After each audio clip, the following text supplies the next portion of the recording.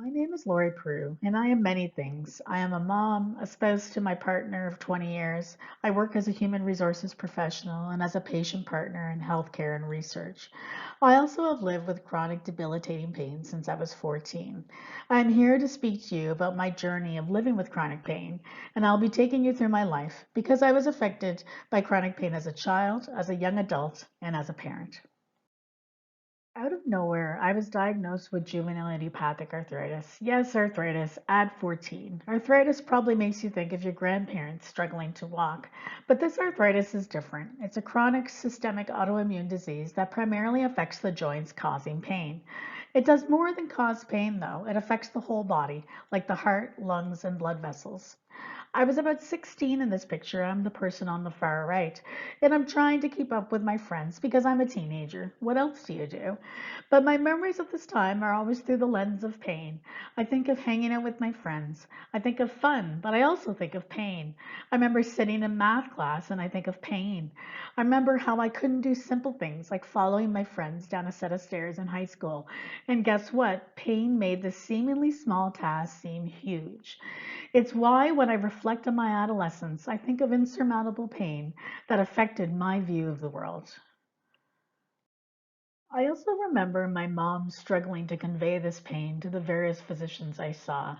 I remember being in tears when seeing a doctor for an appointment, but it just never seemed to be addressed or listened to. I remember barely being able to get up from a couch and thinking, what does my future hold? Do I even have a future? I could barely see through the pain until tomorrow.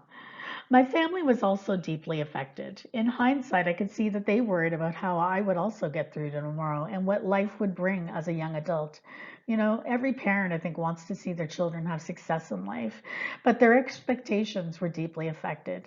My mom had to reduce her hours at work in order to manage my care through the different appointments and just day to day. My mom also recently told me this is just not what she expected for one of her children. Now, heading back to me, I was really serious about the piano before pain entered my life. I was classically trained on the piano and practiced every spare moment of my day. Music really brought me pure joy. I was in grade 8 or 9 piano at the Royal Conservatory of Music when pain entered my life. But even this was at risk, because every time I played the piano, there it was, again, pain.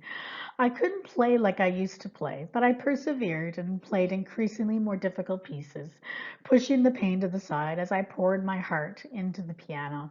Fantasy Impromptu by Chopin, Alla Turca by Mozart, La Polonaise. This is the music on the left of this slide. I actually played this at one time. Music was therapy for me, provided an outlet for all I was feeling during this very difficult time in my life. Sadly, a specialist suggested I quit the piano when I was 16. I don't think they ever really understood what it meant to me or how it benefited me on an emotional level. I also just didn't have the words to explain this to them. But as I entered young adulthood, the pain didn't go away. I found better treatments for the arthritis, but they didn't do the whole job, of course. I was still struggling in pain as I entered university and the workplace. Although the pain was better controlled, it still tainted my view of the world. I have memories of pain as I was in calculus class in university, as I took public transport, as I walked to work. I felt like my situation was in such stark contrast to what my peers were going through. In this picture by Maud Lewis, a Canadian folk artist who lived with rheumatoid arthritis, shows how I felt about the world. I was a spectator, like the deer in this picture, while all around me the world continued on. My friends went tree planting in far off locations, traveled to countries I could only dream of going to. I felt like it was a lonely time. My activities were pretty restricted in my 20s. The world around me didn't really understand the pain I felt. It was invisible to them, and they didn't see how it affected my energy levels, concentration, or what I was capable of doing in a day. I remember focusing so much on work in my 20s, almost to the exclusion of all else. Pain in this disease had robbed me of the energy to do more than that. In hindsight, I wasn't able to do a lot of the things I wanted to because of pain. When my friends were backpacking in Europe, I had to plan every step of a European trip to manage my pain. I had to pace myself, ensure I got enough sleep, where my friends could just decide to sleep wherever and whenever they wanted on a trip.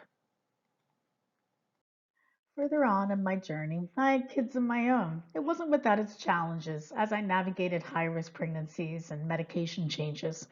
Little did I know when I first began my journey into parenthood that I would need to change or come off many of the medications I needed to manage the pain. As I tried to go medication free for this pregnancy, I experienced significant pain during my first trimester and at times throughout. I've experienced pain as a parent, and it's only now that I'm thinking about how this may affect my children. I know my health has impacted them, there's no doubt about that. And being the optimist I am, I hope that they may develop empathy for others in pain or who live with additional challenges.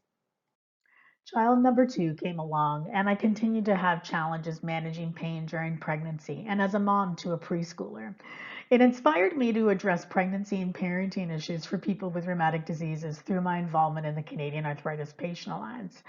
I developed the pregnancy resources found on this slide and expanded this to work with other patient groups, where we heard from over 400 people with rheumatic and psoriatic diseases who identify as female to understand their reproductive and sexual health concerns.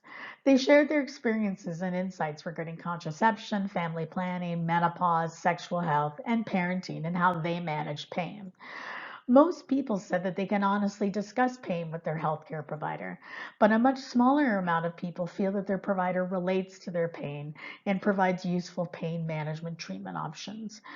They also worried about the impact of their condition on their family and mental health, but only a small proportion of people had access to a mental health professional. My life hasn't been easy, but I've grown to accept the role pain plays in my life. Pain and this disease have given me a new perspective on life. I feel like I've learned many of life's lessons early on. I also haven't followed a traditional path or idea of success, but that's okay. Many people have told me that I seem wise beyond my years, and I think it's my unique journey with pain and health issues that is at play. A good friend of mine, Karen Miller, developed this artwork, and these are actually my hands. Our kids are about the same age, and she looked at how I did my role as a parent through a different lens. It's about the motherhood journey of women who face additional challenges. Where others would perceive the disability as weakness, in reality, there is only strength and perseverance. Now, these are her words.